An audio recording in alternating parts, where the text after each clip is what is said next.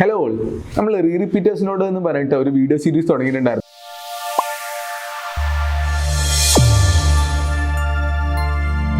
So ആ video സീരീസിലെ രണ്ടാമത്തെ വീഡിയോ ആണിത്. ആദ്യത്തെ വീഡിയോ കാണാത്തവരുണ്ടെങ്കിൽ ഡെഫിനറ്റ്ലി പോയിട്ട് ആദ്യത്തെ വീഡിയോ കണ്ടിട്ട് വരിക. സപ്പോസ് നിങ്ങൾ റീറിപ്പീറ്റ് ചെയ്യണം അല്ലെങ്കിൽ റീറിപ്പീറ്റ് ചെയ്യണോ എന്നൊക്കെ ആലോചിച്ചിരിക്കുന്ന ഒരാളാണെങ്കിൽ നിർബന്ധമായിട്ടും ഈ വീഡിയോ അവസാനം വരെ നിങ്ങൾ കാണേണ്ടതുണ്ട്. കാരണം എന്താ വെച്ചാൽ ഒരുപാട് റീറിപ്പീറ്റേഴ്സിനുള്ള ഒരു പ്രശ്നം എന്ന് പറഞ്ഞു കഴിഞ്ഞാൽ അവർ തീരുമാനങ്ങൾ എടുക്കുന്നത് ഒരു ഇമോഷന്റെ പുറത്താണ് എന്നുള്ള കാര്യമാണ്. കാരണം നമ്മളിപ്പോൾ നീറ്റ് എക്സാം ഞാൻ കണ്ടിട്ടുണ്ട്. എനിക്ക് ആക്ച്വലി പറയുകയാണെങ്കിൽ 2022 നീറ്റിന്റെ അന്ന് വൈകുന്നേരം അങ്ങനത്തെ കോളുകൾ വന്നിട്ടുണ്ട്. നീറ്റ് എക്സാം ഹാളിൽ നിന്ന് നേരെ പുറത്തേക്ക് ഇറങ്ങി വരുമ്പോൾ നമ്മളിങ്ങനെ ഈ കൊല്ലം പോയി, അടുത്ത കൊല്ലം ഞാൻ എന്തായാലും പിടിക്കും, എന്തായാലും ശരിയാക്കും, അങ്ങനെ ഇങ്ങനെയെന്നൊക്കെ പറഞ്ഞിട്ട് വാശി പുറത്താണ് പുറത്തേക്ക് ഇറങ്ങി വരിക. ആക്ച്വലി എന്നിട്ട് അപ്പോൾ തന്നെ വിളിച്ചിട്ട് പറയും, സാർ എനിക്ക് അടുത്ത വർഷത്തേക്ക് നീറ്റ് റീറിപ്പീറ്റ് ചെയ്യാൻ എനിക്ക് സീറ്റ് വേണം, എനിക്ക് ഇപ്പോൾ തന്നെ സീറ്റ് വേണം, എത്ര പൈസയാവും, ഫീസ് പറ, ഞാൻ ഇപ്പോൾ തന്നെ അഡ്മിഷൻ എടുക്കാം എന്നൊക്കെ പറഞ്ഞിട്ട് പെട്ടെന്ന് വിളിക്കുന്ന ആൾക്കാരുണ്ട്.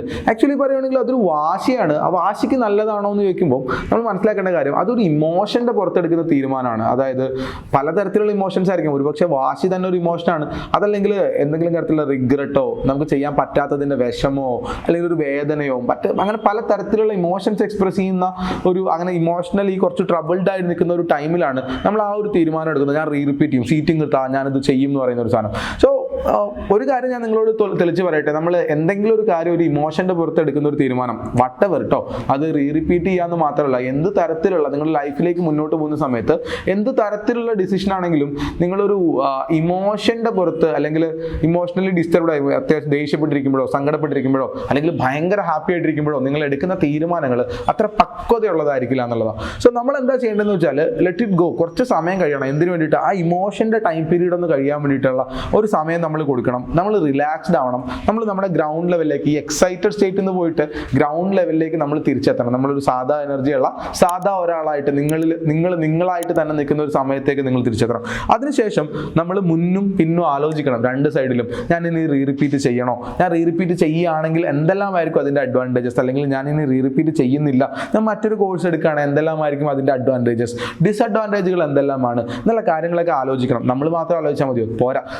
നമ്മളെ സപ്പോർട്ട് ചെയ്തിട്ടുള്ള എല്ലാവരും, ഓൾമോസ്റ്റ് നിങ്ങളുടെ ഏറ്റവും വലിയ സപ്പോർട്ടുകൾ ആരൊക്കെയാണോ, നിങ്ങളുടെ പേരൻസ്, നിങ്ങളുടെ സിബ്ലിങ്സ്, നിങ്ങളുടെ ടീച്ചേഴ്സ്, അവരോട് എല്ലാവരോടും നിങ്ങളൊന്ന് കൺസൾട്ട് ചെയ്യണം. എന്നിട്ട് അങ്ങോട്ടും ഇങ്ങോട്ടും ഒന്ന് ചെറിയൊരു ഡിബേറ്റ് പോലെ വെക്കണം. ഞാൻ അങ്ങനെ ചെയ്താൽ, ഞാൻ ഇങ്ങനെ ചെയ്താൽ, 2-3 ഓപ്ഷൻസ് വെച്ച് കമ്പയർ ചെയ്ത് ആലോചിച്ചതിന് ശേഷം എന്നിട്ട് ഫിക്സ് ചെയ്യാം. നിങ്ങൾ റീറിപ്പീറ്റ് ചെയ്യുകയാണ് അല്ലെങ്കിൽ ഞാൻ റീറിപ്പീറ്റ് ചെയ്യുന്നില്ല എന്നുള്ള കാര്യം എന്ത് ചെയ്യുക, നിങ്ങൾ ഫിക്സ് ചെയ്യുക. പക്ഷേ ഒരിക്കലും ഒരു തോട്ടും കൊടുക്കാതെ പെട്ടെന്ന് എക്സാം കഴിഞ്ഞതിൻ്റെ വിഷമത്തിലോ അല്ലെങ്കിൽ കിട്ടാത്തതിൻ്റെ വിഷമത്തിലോ എടുത്തു ചാടി ഞാൻ അങ്ങനെ ചെയ്യാം, ഞാൻ ഇങ്ങനെ ചെയ്യാം, ഞാൻ അങ്ങനെ ചെയ്യണം, ഞാൻ ഇങ്ങനെ ചെയ്യാണ്, വേണ്ട, ഒരിക്കലും പാടില്ല. കാരണം അത് നമുക്ക് എന്താ പറയുക, ശരിയായ ഡയറക്ഷനിലേക്ക് പോകുന്നതിൽ നിന്നും വിഘാതമാകും. അതുകൊണ്ട് ഒരു കാര്യം പറയാം, ചില ആളുകൾ ചിന്തിക്കാതെ റീറിപ്പീറ്റ് ചെയ്യുന്നതും ചിന്തിക്കാതെ റീറിപ്പീറ്റ് ചെയ്യുന്നതും രണ്ടും, അല്ലെങ്കിൽ ചെയ്യാത്തതും രണ്ടും പ്രശ്നമാണ്. ചെയ്യുന്നതും പ്രശ്നമാണ്, ചെയ്യാത്തതും പ്രശ്നമാണ്.